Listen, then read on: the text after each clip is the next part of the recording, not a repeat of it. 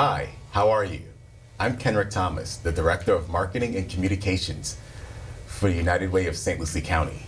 And today, I have Marcus Dixon and also Peggy Bellegarde from the Multicultural Resource Center.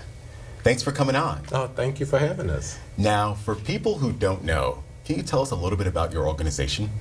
Well, the Multicultural Resource Center, or MRC as it's referred to by the kids in the community, is a grassroots nonprofit that was founded back in November 2009, partially in response to the SRA research report that was sanctioned with the United Way, Children's Services Council, and some other agencies within St. Lucie County. And MRC was formed to actually focus on some of the academic literacy components that were addressed in that report, as well as some of the family strengthening components that were addressed in that report. That is phenomenal. I'm really happy that you're on talking about this organization, because each week we like to have our funded partners to come on and talk about how they're impacting the community, and that is something that the Multicultural Resource Center does every single day. Now talk about the mission, Peggy.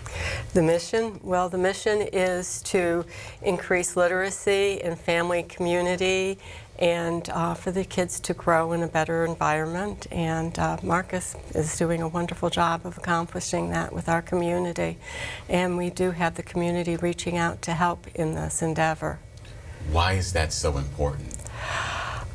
Well, it's just you take a small little project and you reach out to a friend who reaches out to a friend, and all of a sudden you have a group working together to accomplish something, and we see that every day.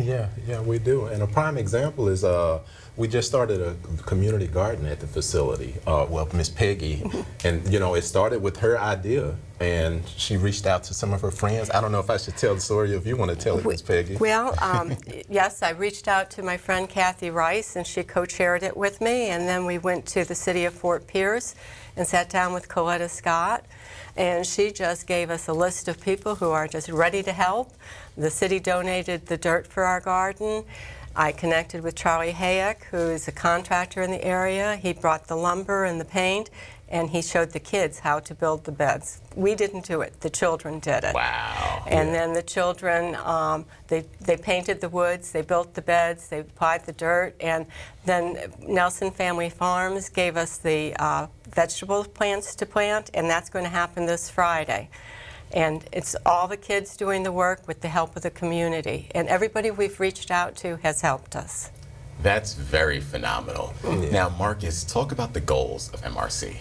Well, like I say, literacy, academic literacy, STEM, science, technology, engineering, and math are part of the function or mission of MRC, or goals. And I mean, if you break it all down, at the end of the day, what we want to make sure that MRC's academic component is increasing the child's academic performance as it relates to school. MRC is increasing the child's social and emotional learning concerns that the parents may have with the child.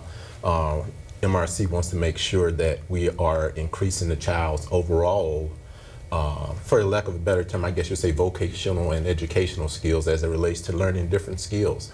And we're doing that utilizing the garden as one of our projects, as well as the electronics programs that the kids are engaging in. And we have a new program that we're actually starting, which is our Performing Arts Center. We've recently purchased a facility about 2 years ago and have been renovating it for about that time. And we're about 80% through with the renovations on that facility. And the church component of that facility, we have turned into a performing arts center for not only for the kids, but for the community at large. So, individuals will be able to come in there and put on whatever community performances that they would like to have, as well as the kids will be able to put some performances together that tie in with their social and emotional learning and then community involvement. Awesome. Now, what makes this organization different from other youth programs? Wow. The heart and soul. Mr. Dixon here.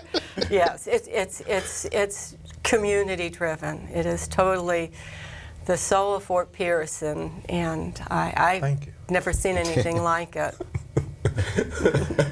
And I also like to piggyback off of that and say, It's the attention to detail that's paid to the academics. You know, it's not putting together a haphazard program with academics. As a parent, if your child was in our program, once they register for our program, we would provide them with our online learning program that assesses them. And then we will sit down with you as a parent, and then we will develop after-school learning plans related to education that centers on what the needs of your child are, so that when your child comes to the program, when they have that idle time, their idle time is not spent just doing any and everything. Their idle time can be focused on those specific skill sets that we have sat down as a team to address within the after-school program. In effect, just increasing the effectiveness of time within the program, so that pretty much every minute that the child is there is something that's productive to help them act, whether academically, social, emotionally, and our career, college prep in that area. Now, I know there's a lot of kids who've been impacted by your organization. Do you have any success stories or testimonies for them? I'm thinking of the teacher that I worked under last year. She's now in pre-med at Yes. University of Florida, and I think that's a success story. Yeah. Wow, that Yeah. is very impressive. Yeah, her name is Shamika Lewis, and she actually started off with us about 8 years ago, and she has been with the program for that duration, and we recently hired her about 2 years ago once she got into high school and she was doing her dual enrollment classes at IRSC. We brought her on as a youth in training, and she just excelled in that area. And a funny story, I remember Miss Peggy telling us that she used to tell, she told someone, and I don't know if I have the story correct, but that she works for an 18-year-old, and the 18-year-old is really on top of things in her classroom. I don't mind taking orders from an 18-year-old. She was really, really excellent, wonderful. I thought she was in her 20s. I thought she was a college graduate. Wow. Yeah. That's really impressive. Yeah. And all of that is from the culture of MRC, trying to build those character and leadership skills in the kid, and then just stressing the importance of academic and family involvement. What are some program needs for MRC? Well, well, we could use some additional volunteers to help finalize the renovations that are going on. You know, we'd like to have everything completed by the end of this year, if at all possible. Okay. In addition, volunteers are needed to work with the kids with reading and math. Those are two of the prime areas that we're finding that kids need a lot of help with. In particular, our kids that are third grade. You know, and we want to try to reduce that learning curve, learning loss for them. And then when our summer program rolls around, you know, we're in need of people that have a skill set for, say, karate, sailing, you know, just different programs and activities that we can bring to the kids that are non-traditional to after-school programs that we've haven't provided in the past. That's really good. Now, is there a fee to get involved? There is. MRC does. We do assess a nominal fee to parents, and that fee ranges anywhere from $50 a month up to $120 a month. Parents have the option of participating in our Third Saturday Serve, which is a volunteerism program, where they can actually have their fee waived or reduced down to 60% of whatever it is. That way we can eliminate anyone that says that they can't afford it. You can come in and volunteer and participate in the program in that fashion, and then your child can reap the benefits of MRC. That's good. Now, I know you have some new things coming up with MRC as well that you can't wait to tell us about. Sorry.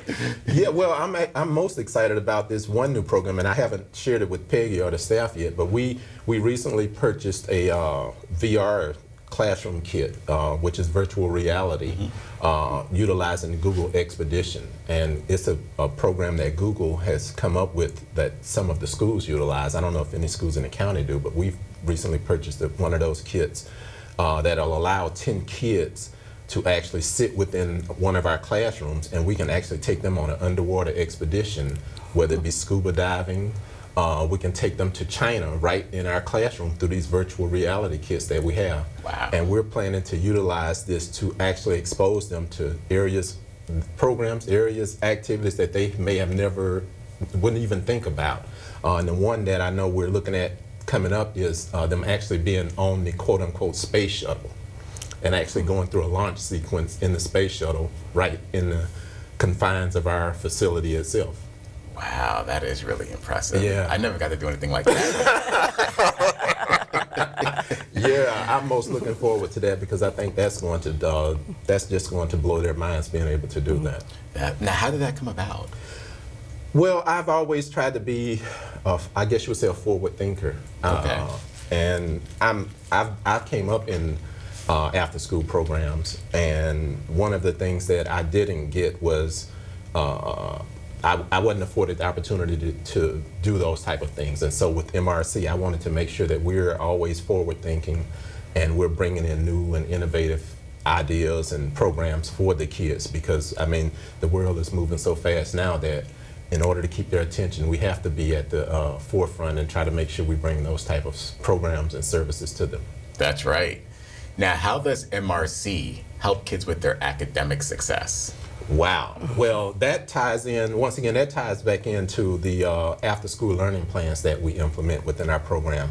And like I said, what we really do is once we conduct the assessment on the kids, we sit down with the parent to look at those areas that they're not showing proficiency in.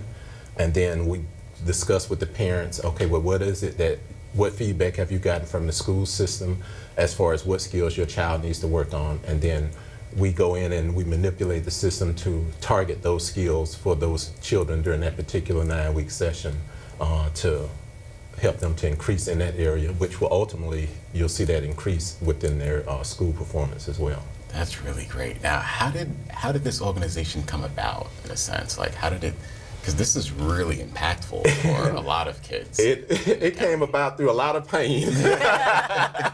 No, actually, it was miraculous in that it was there was a program here locally that shut down, and the opportunity came about that I was running that program. It didn't shut down because of anything I was doing. Okay. All right, but it shut down, and the opportunity was presented. What could we do to continue to serve the youth and families within the program?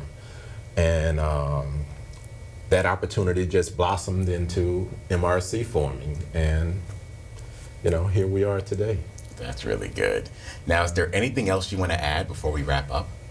No, but what I would like to say is volunteers, volunteers, volunteers. We're looking for volunteers to help within the program with the kids. We're looking for volunteers that are willing to serve on the board and help us to become more efficient, to increase our performance, and just to be overall better in meeting the needs of our community in St. Lucie County. That's great. Well, thank you so much for coming on. Continue your great work, and I look forward to speaking to you again. Thank you as well. Thank you very much. Yes. Take my hand and start a brand new day. And together as one we'll start to see some change. Underneath everything we are, underneath everything we do, we are all people, connected, interdependent, united. And when we reach out a hand to one, we can influence the condition of all. That's what it means to live united. Welcome back. I'm Kenrick Thomas, the Director of Marketing and Communications for the United Way of St. Lucie County. And on this segment, I have Debbie Hawley from Big Brothers Big Sisters. Thanks so much for coming on. It's a pleasure to be here. Thanks for the invitation. Well, I appreciate it. Now, what does your organization do for the community? Well, Big Brothers Big Sisters has been in St. Lucie County for pretty close to 30 years now.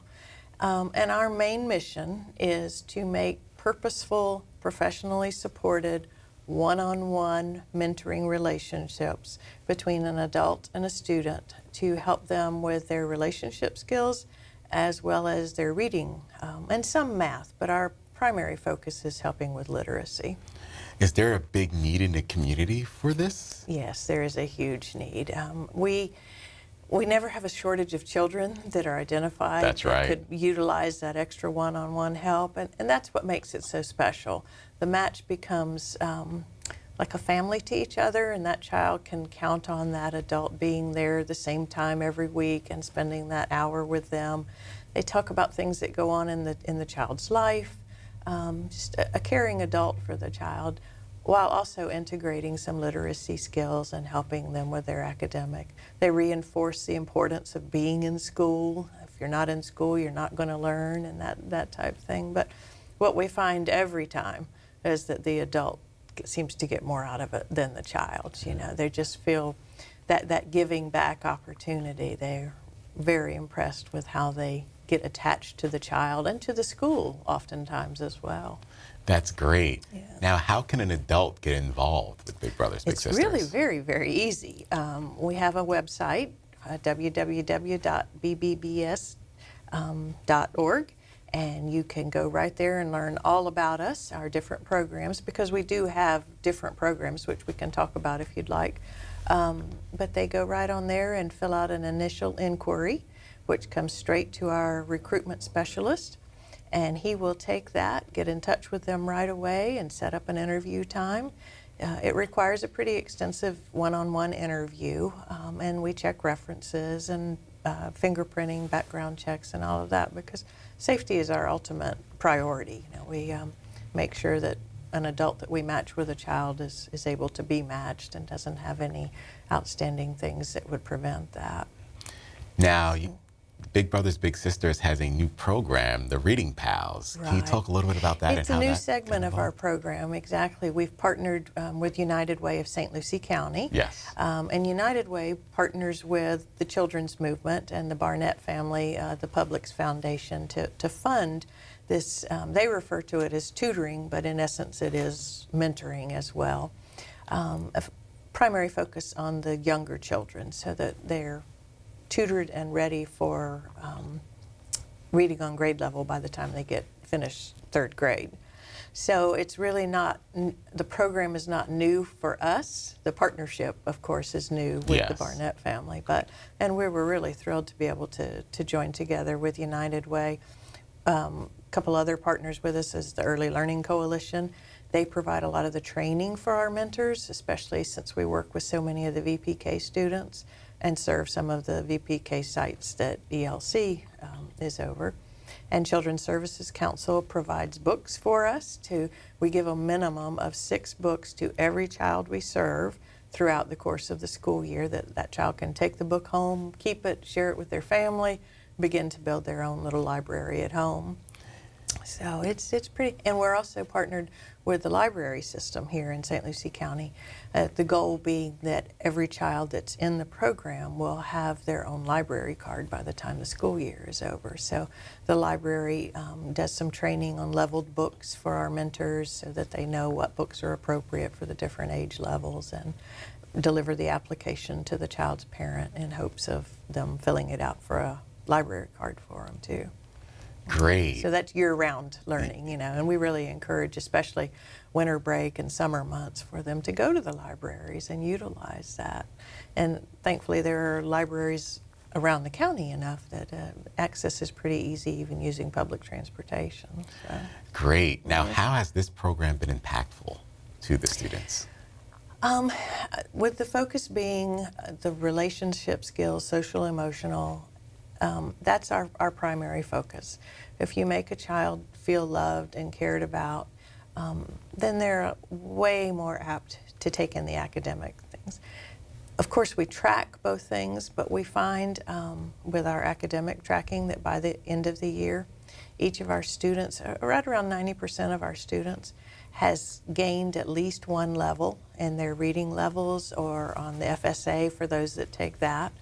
Our readiness rate for our VPKers going into kindergarten is in the 90 percentile as well.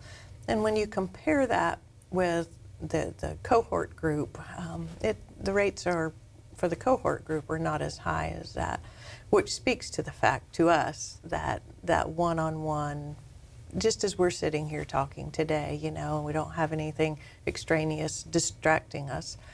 It really does make a difference for the child, and the mentor can hone in on a particular area. Maybe it's word recognition or phonics or something that the child is having some difficulty with.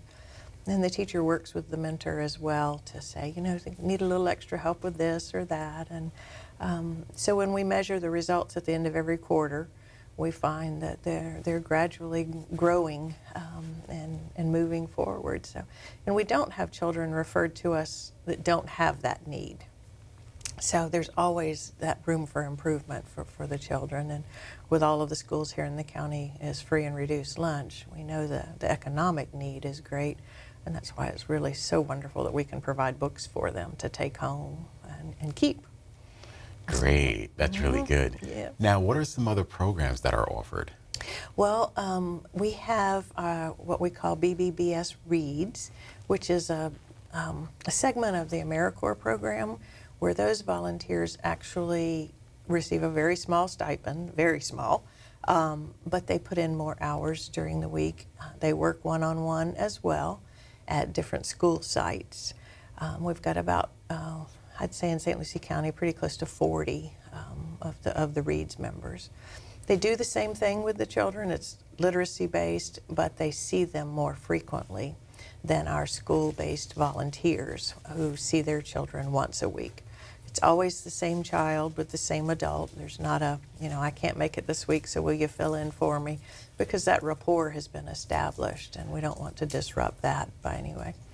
And then we also have what is referred to as our community-based program, wherein mostly older children, middle and high school students, are matched with an adult, and they are actually able to go out into the community and do things together. And their mentors, their big brother or big sister, really just teach them how to interact in different experiences in the community, take them to different places, and expose them to things that perhaps they wouldn't have the opportunity to do before. Nothing high dollar, but a lot of emotional investment in that youngster, and appearing at things that the young, you know, if the youngster's in sports, going to some of their events, things like that. So they don't meet in the school.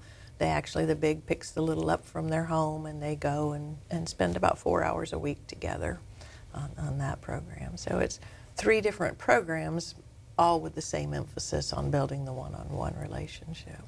That's really interesting. It really is. Yeah. Now, talk about some of the targeted schools and grade levels. Okay. Well, specifically for Reading Pals, that targeted group is VPK, kindergarten, and first grade.